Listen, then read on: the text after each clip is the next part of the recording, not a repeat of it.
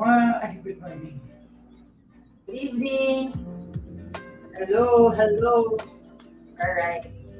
What's up, team? Can you confirm that we're live on Facebook, Instagram, LinkedIn, YouTube, and Kumu? All right. And good evening to everyone. If you're tuning in, good evening. Thanks for cutting out some time out of your busy schedule to be here in today's episode of Ask Cindy. Okay.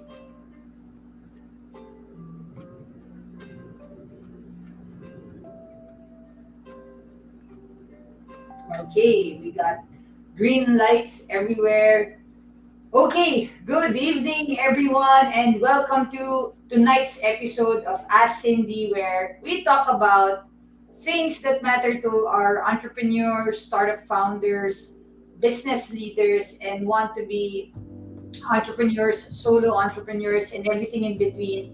Ask Cindy is a weekly show, if you would call it a weekly show, where we take all the relevant topics that we get from our viewers and we try to share on these topics using our personal experiences as well as the knowledge that we gained over the years of doing what we do. Our goal is to uplift everybody: SMEs, startup founders, solopreneurs, gig workers, and everybody in between through the lessons that we will share in Ask Cindy. Okay, so again, thank you so much if you're tuning in, and I hope the next 30, 40 minutes we will make we will share something impactful and more importantly, useful and practical to your business. Okay, tonight's episode is about being personal and relatable to your team. Actually, maybe if we have it, by the way, let me just introduce myself. My name is Cindy Burdett. I'm the CEO and co-founder of AllCare. AllCare is the country's first and only digital benefits platform that allows every type of worker to get access to important employee benefits like healthcare, life insurance, optical, mental health, productivity perks, and a lot more. And we do this through our My Benefits dashboard, where just like a Netflix subscription, once you become a member, you get access to everything. Okay, so our topic for tonight is building rapport with your teammates. So if you're tuning in, please make sure to engage, leave a chat, leave a comment in any of the platforms. We're live on Facebook, Instagram, LinkedIn, YouTube, and Kumu. And if you have questions or thoughts, please feel free to share. Okay, so what a Tuesday. It's been raining. I don't know if you can still hear the rain. It's raining quite loudly here in Antipolo. But do not fret. We're going to get through this tonight. Okay, so let's have our Mahina audio. Okay, let's see. All right, I think we're doing our best. This is the best that we can. Ayan, how is this, my friends? Ayan. Okay, so let's have our first question up on the screen. We have some questions. All right. How do you encourage your employees to have a close relationship with you and the rest of your team without getting too personal? I absolutely love this question. And if you ever had the chance of working with me, you know that the kind of team that we build is one that is personal. Okay, so the question is, how do you encourage your employees to have a close relationship with you? So number one, yes, it is indeed possible to build a good, fun, really good personal community at work. Okay, uh, this is something I absolutely encourage. Okay, we have a saying in the way that we lead or my team, we always say that nobody is separate from the personal. Like nobody can separate personal and professional. What do I mean by this? If you come to work and you have just broken up with your partner the night before, it is absolutely very likely that you would come to work smashed, right? Ideally you're not drunk, but your eyes are probably swollen. You feel heavy and you feel sad, and so that day you're probably not gonna be superstar employee that you are, right? And you're probably not gonna be that employee for the next couple of days, maybe weeks, worse months, or even years. And that's proof that people cannot segment or separate professional and personal. And managers, as managers, we need to understand this. So I'm sharing with you some foundational stuff that I practice. As a manager, as a team leader, I do not separate the personal experiences of my teammates with the professional expectations that I have for them. Because that's very hard. Even as managers, tayo din, when we get home and there's problem at home, we are most likely going to bring some residue of that at work. This is important to note because you cannot encourage a close community or a good relationship within your team if you are not aware of this. Okay. Everybody is multidimensional. Nobody is just a professional employee, right? Everybody in the world is multidimensional. And so, as managers, we need to understand this. Second, you need to build towards close community, a good relational community at work. It doesn't happen overnight. Okay. So the original question was, how do I encourage this? Number one, yun nga, as managers, team leaders, in fact, everybody in the team, we need to be conscious that people are multidimensional. They're not just employees. They have families. They have love lives. They have problems. And those can really affect work. First thing. Second thing, it doesn't happen overnight. Building relationships take time, right? Especially in a professional setting. So that starts with clear communications, right? If you have good communication with the team, with your team, with people around you, that sets up a good foundation for good things and bad things, right? For good things, if you have successes as a team, that creates a certain level of high, that creates a good level of trust, right? The professional objectives can be met. Good communication can also really be useful and, in fact, necessary when the going gets tough. Right? During the bad times, when people are not meeting targets, when people are underperforming, it is more critical to have good communication. We have a saying in the motorcycle world where we say everybody can drive fast, not everybody can drive slow, and it's kind of the same in a team context. Right? Everybody can be part of the quote unquote team, and it's easy to become part of the team. It's easy to feel like you're part of the team when everything is going well. That's the easy part. It's much harder when things aren't going your way, right? Targets are not being met, people are underperforming. You need to give somebody a performance improvement plan, or you need to fire somebody. That's the bit that's a little more critical. Third is as team leaders. And so you can notice that I'm addressing the team leaders because as team leaders, we are the primary proponent of the kind of relationships our teammates have, the kind of culture we have in our team. So, kung kayo mismo hindi invested in your team, di ba? Don't expect that your team is gonna build a good relationship. They can still build one. You're probably not gonna be part of it, right? And that would stop. So number three, as managers, as team leaders, we need to invest. We need to plant the seed. We need to sow the kind of close relationships that we want to see within our team uh, and become first movers. No? That means spending time talking to each and every one of our teammates, especially our direct reports. We need to know how they're doing, not just at work, but even at home.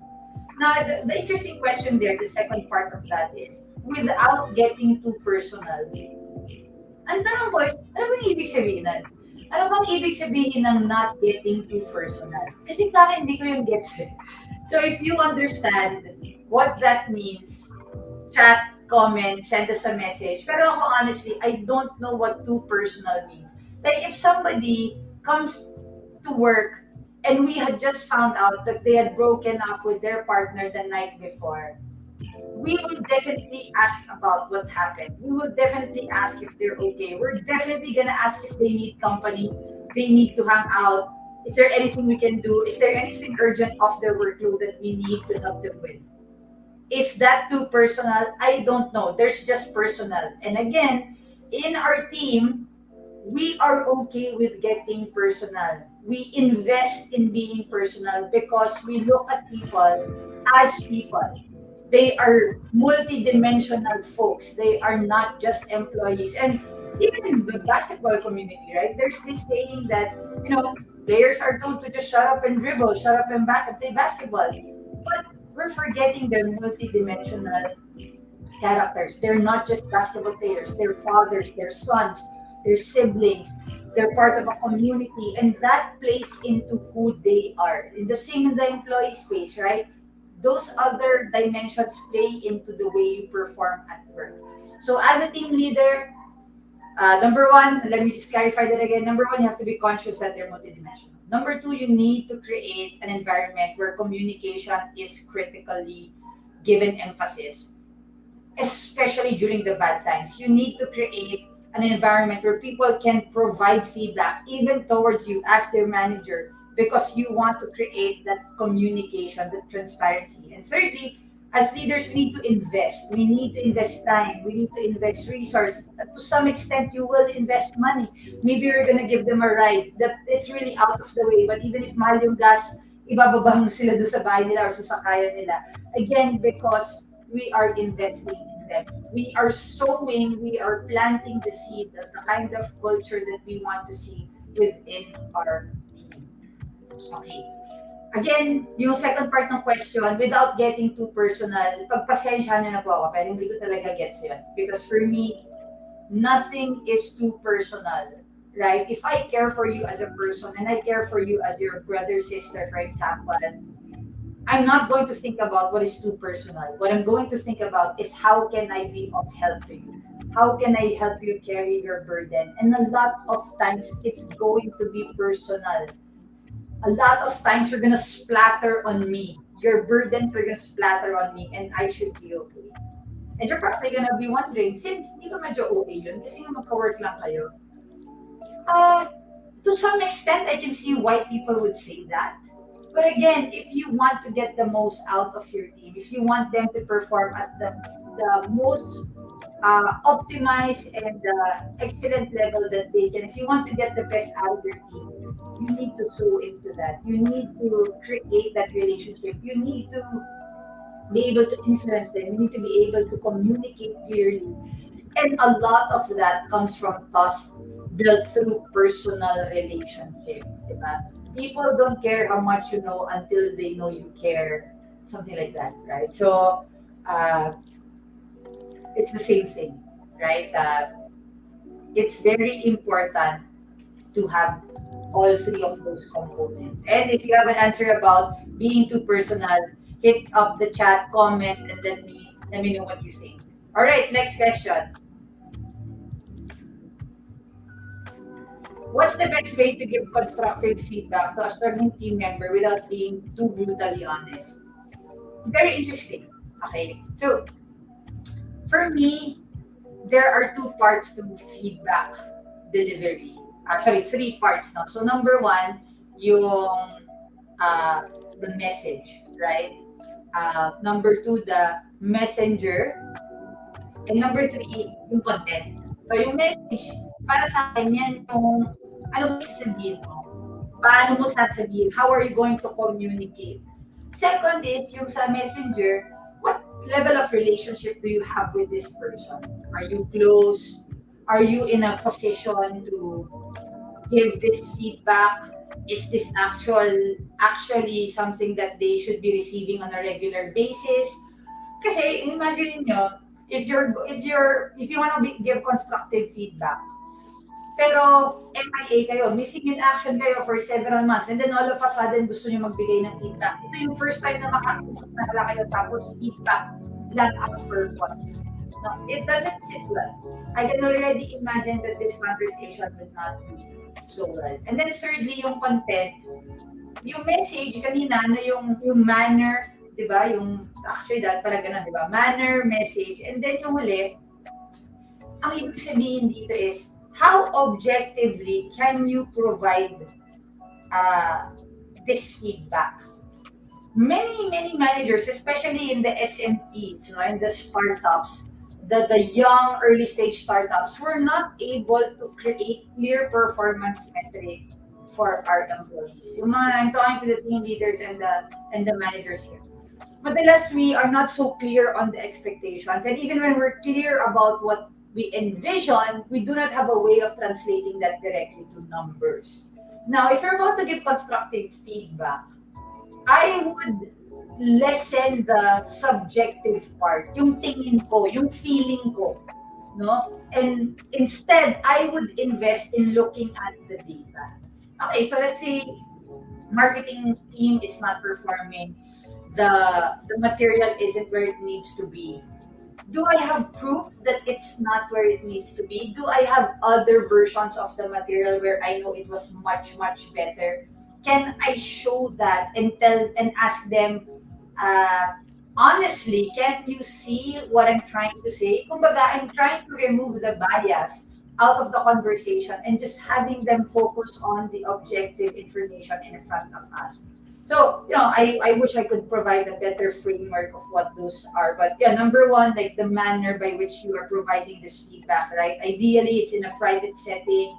You are in a mutually safe space, not where, people can hear this feedback and then magiging source of issue. Secondly, the person giving feedback, diba? And even the person you're going to give feedback to, no, let's cut that up in two ways. Are you the leader that you need to be? If this is feedback that should be regular, have you been meeting regularly? Kasi mahirap, you're gonna give feedback, pero last 2 years, I've been asking help from you, wala kang binigay, and then all of a sudden, meron kang feedback for me. So I can imagine that's not gonna go well. But at the flip side, the person you're gonna give feedback to, how are they? Are they okay? Are they in a mentally psychological, are they in a psychological behavioral state where they're ready to receive feedback? And then I'm going to go back to the first question. If you know your people well, if you have that kind of relationship, you can tell, are they ready to receive feedback, diba? So yung people involved, the manner. And then thirdly, yun nga, yung talagang focusing on the objective element of the content, removing as much of the bias as you can. Kasi ang hirap i-justify nung feelings mo eh. Ang hirap i-justify ng tingin mo without quantifiable support, di ba? So let's say, hindi ka nagagandahan dun sa material na gawa ng team mo, o sabihin na napapangitan ka, di ba? Ang sabihin mo dun is, parang kaiba to doon sa dati nating mga ginagawa na nagpe-perform talaga. And you present both and you ask them, what are some of the things they can identify that are the same and are the different, and help them make that realization on their own. Kasi yun ang pinakamagandang for me the way I would deliver feedback, parang diba, parang I'm asking them, did you really think about this? What were you thinking when you did this? How did you come to this point? Why is it so different from before? And then you're guiding them through that process of, oh nga na, parang hindi okay, I should have done something else, I should have done it a certain way.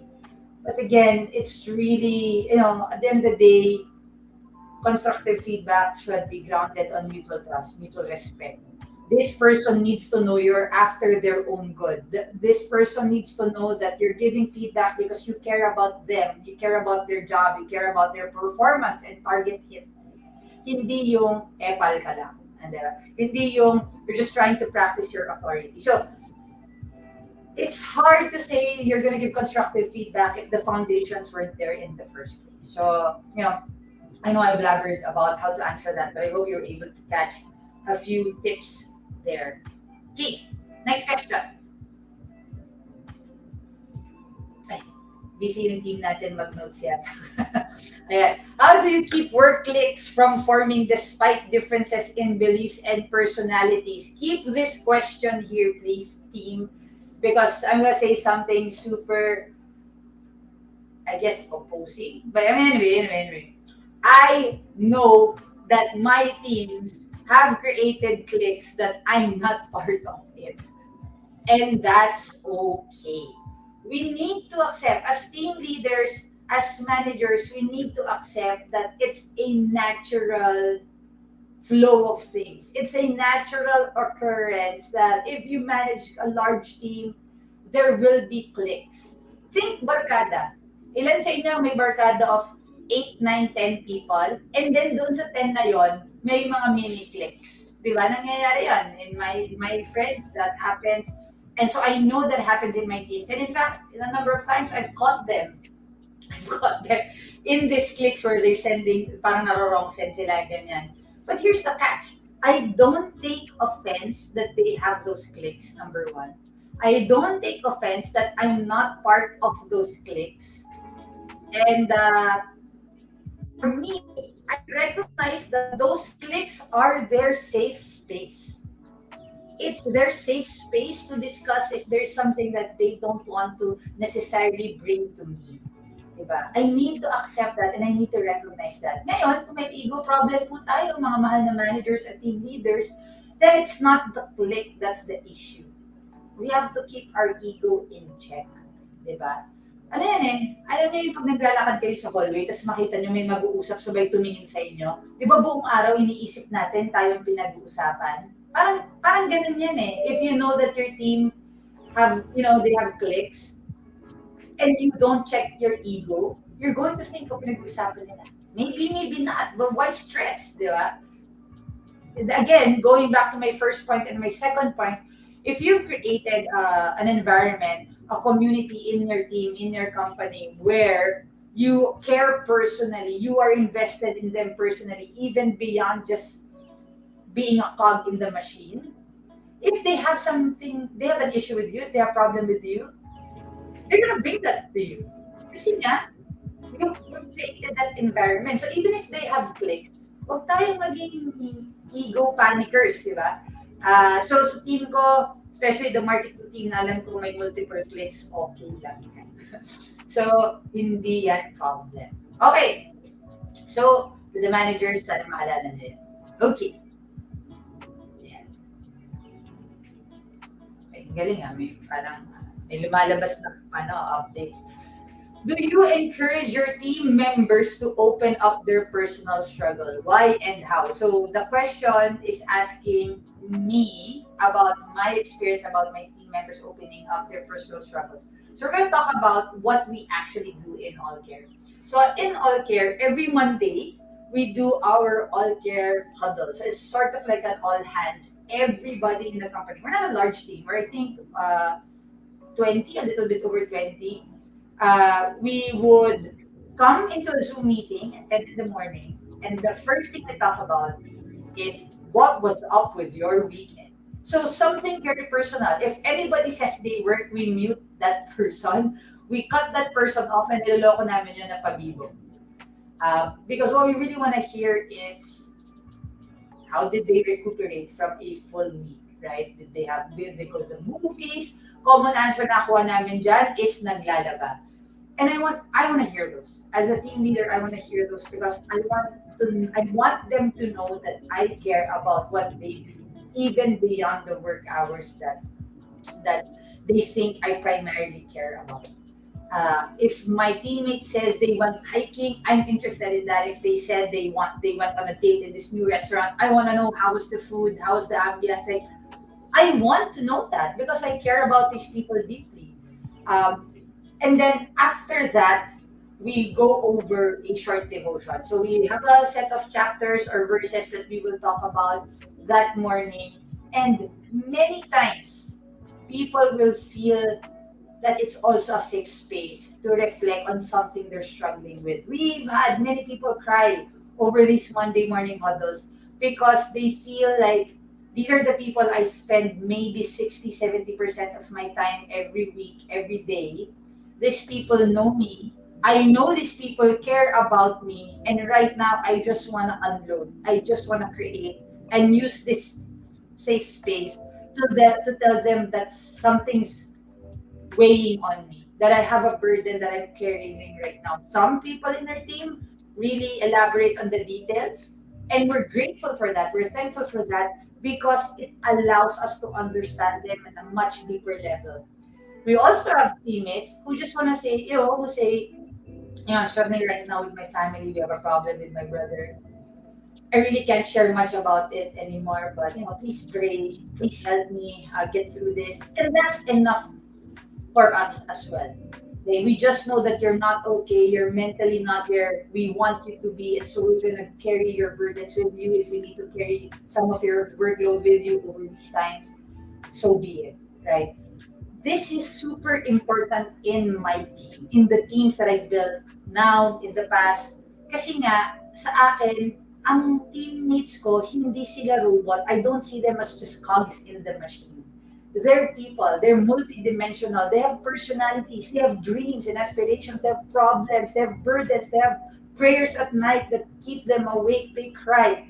I care about these things because alam ko yan din yung mga magiging reason where they will perform or underperform. So hindi siya parang I just wanna make that it's not about manipulating them if they know that I care gagalingan nila. No, it's nothing like that. But I also know that the best people in the best way my team would perform is if they felt they were safe and empowered and encouraged to perform. And that means really spending time investing in them, sowing into them, and then sometimes getting splattered on by the world, by the problems they carry. Okay lang yun. Diba? Pero malaking bagay dito as the manager, as a team leader, na ganun ako. Na ina-acknowledge ko, ganun talaga ang buhay. Ganun talaga maging tao. Hindi parating Pasko, hindi parating cloud 9, hindi parating heaven yung pinagdadaanan, minsan hell, di ba? And the sooner I come to that recognition as a team leader, the sooner that I can be ready for my team. Okay, so yun. So hiring po kami. Kung meron kayong, if you're looking for a team that will nurture you, will grow you, will empower you, encourage you, but also challenge you directly, All Care might be the place for you. So feel free to shoot me a message, send me your profile, and we'll see if we can find a place for you in our team. Sabay promote ng opening eh. No? So, okay. Next question. Okay, super interesting. How do you keep your team motivated while preventing boredom at work? Actually, hindi ko to alam. So, baka bored na talaga yung teammates ko, hindi ko alam. So, we have our Monday huddles, and then each of the teams, they also have their own things. And wala kami masyadong tools. You know what? This hybrid thing for us has been good. But at the same time, may FOMO, no? Kasi nga, dahil nga, everybody's just operating out of our Slack channels and their Zoom meetings. Now you know you're missing out on things. But I trust everybody in the team. May diba? Para may culture fit eh. So since may culture fit, pasok sila dun sa isang culture namin where we create a fun working environment. That's one of our culture pillars. And kung nakapasa ka sa culture screen namin, ibig sabihin, bastion ka of fun. So, hindi ko talaga masabi kung paano namin create yung fun environment. So, basta yun. Number one, meron kaming culture screen. Kasama doon sa culture screen, strict ka ba namin? Ka-hangout? Fun ka ba? Diba? Do you create an environment where it's fun or toxic ka? Diba? So, yun yung una. Pangalawa, mga managers namin sa All Care, sila mismo ayaw nila ng boredom. Ayaw nila ng boring na team. So, they, in their own individual departmental ways, would create mga pakulo. So alam ko sa marketing team, meron sila SOW, EOW, which stands for start of week and end of week. And I heard 50% ng mga meetings na yun, chismisan. That's their thing, di ba? So, and then we tried something a few months ago. We tried what was called All Care something something. Seriously, that was the name of the engagement program. Every other week, every department was in charge of hosting a something something. That's why we couldn't name it properly. It was just something something. Minsan online karaoke siya, minsan evening minsan kwentuhan lang, kutsaan lang, di ba? Talagang we allot space for fun things that may not necessarily be directly work-related. Tapos, pa ba? We don't take ourselves too seriously. Dami namin pinagdadaanan, pero at the end of the day, yun nga we are more than just cogs in the machine. We recognize that we are more than just employees. We're people. This is a community. We work hard, but we also have fun hard. No? So yun. Yun. So, at saka generally, again, fun people naturally have fun together. So ayun. Okay, maybe we have time for maybe two more questions. Let's see what kind of questions we have. One more. Okay, thank you, Drew. Okay, our ever reliable creative supervisor, Drew. How do you encourage autonomy or even leadership among your team members? Wow, so deep. Okay, I don't get yung autonomy na, but siguro parang pagiging self-starter yung ibig sabihin dito sa question. No? Um, hindi ko siya masasagot without explaining yung overall leadership style ko, di ba? So, the short way to describe my leadership style is long, high responsibility, high freedom. Ngayon, ibig sabihin nun, alam ko na hindi lahat ng tao pareho ko dumiskarte. Di ba? And I come to a relationship with a direct report with that mentality already. Assuming that I did screen you functionally, pumasa ka functionally, pumasa ka culturally, pumasa ka sa final interview, ibig sabihin, nakikitaan kita ng talagang guts and potential and vision to be part of Allcare. So, I come into that relationship knowing that we are not exactly the same. I will onboard you, I will explain everything to you, I will train you, but I also know you are not the same as me. So, dahil doon na yung foundation ko, I start off these kinds of relationships with my teammates saying that, look, you can have your own discarte, but it doesn't change the fact that we're in this together and that we need to come up with the results together. So a lot of times they will come to me, may challenge, may objective, may problema, pero hindi sila pumupunta ng empty-handed. Meron silang proposed discarte. And because yun nga yung leadership style ko, madalas I would say, okay, if it makes sense, let's go do it, di ba? Kung I think may tagilid doon sa discard or I don't necessarily agree, then we will debate it out, we will discuss it out, we will flesh it out together.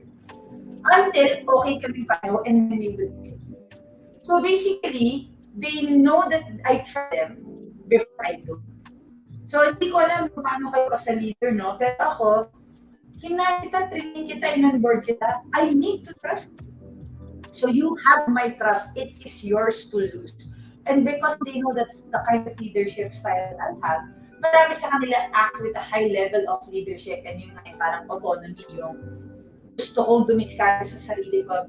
And a large part of that na gusto nilang dumiskarte is gusto ko nilang malaman kung kaya nila. Gusto nilang malaman kung tama yung intindi nila, yung tama yung pagkakaprocess nila sa information. So again, a lot of that will reflect back to me. Tama ba yung pagkaka-hair ko? Tama ba yung pagkaka-onboard ko? Pagkaka-train ko?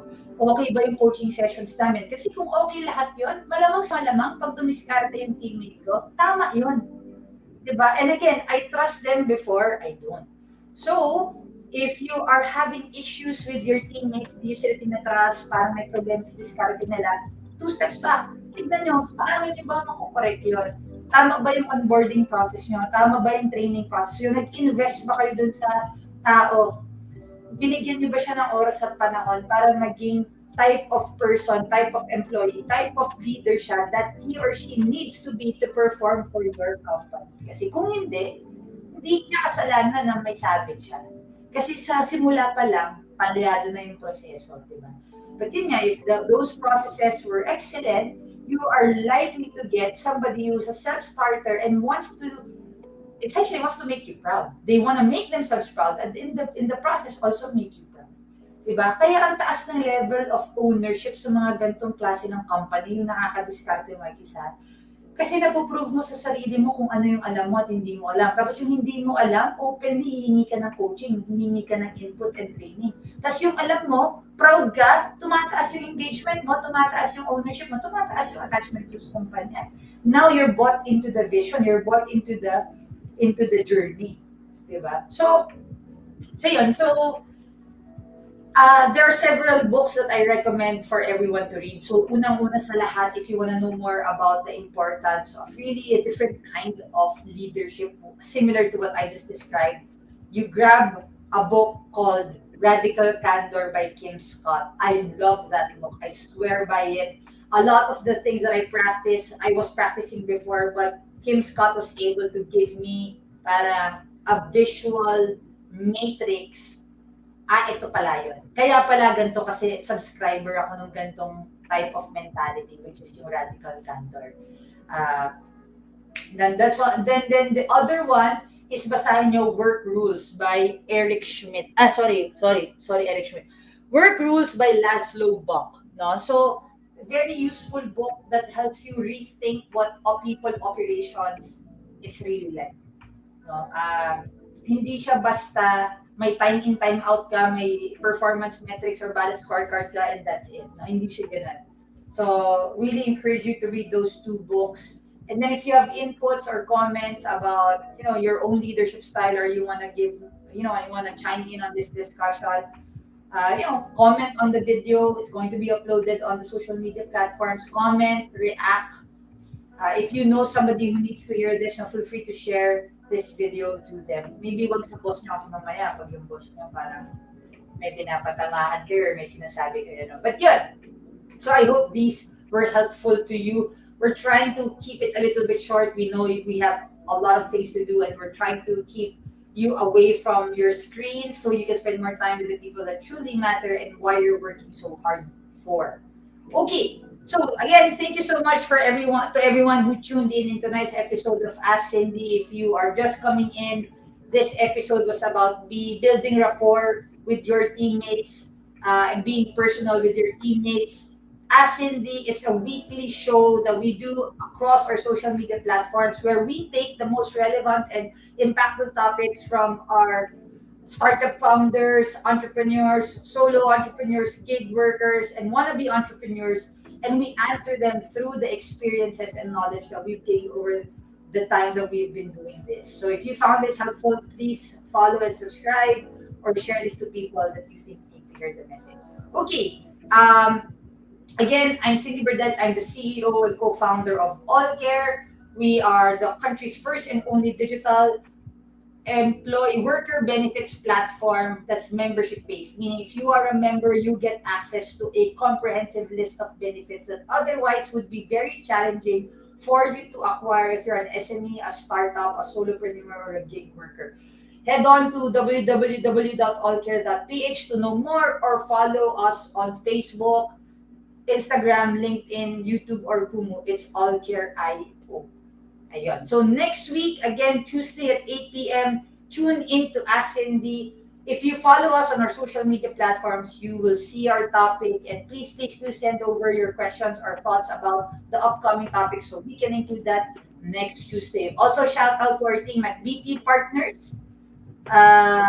Episode 5 na tayo next week ng Season 2. So, thank you again to BT Partners who helps us put together the content for this. So, thank you to the team there.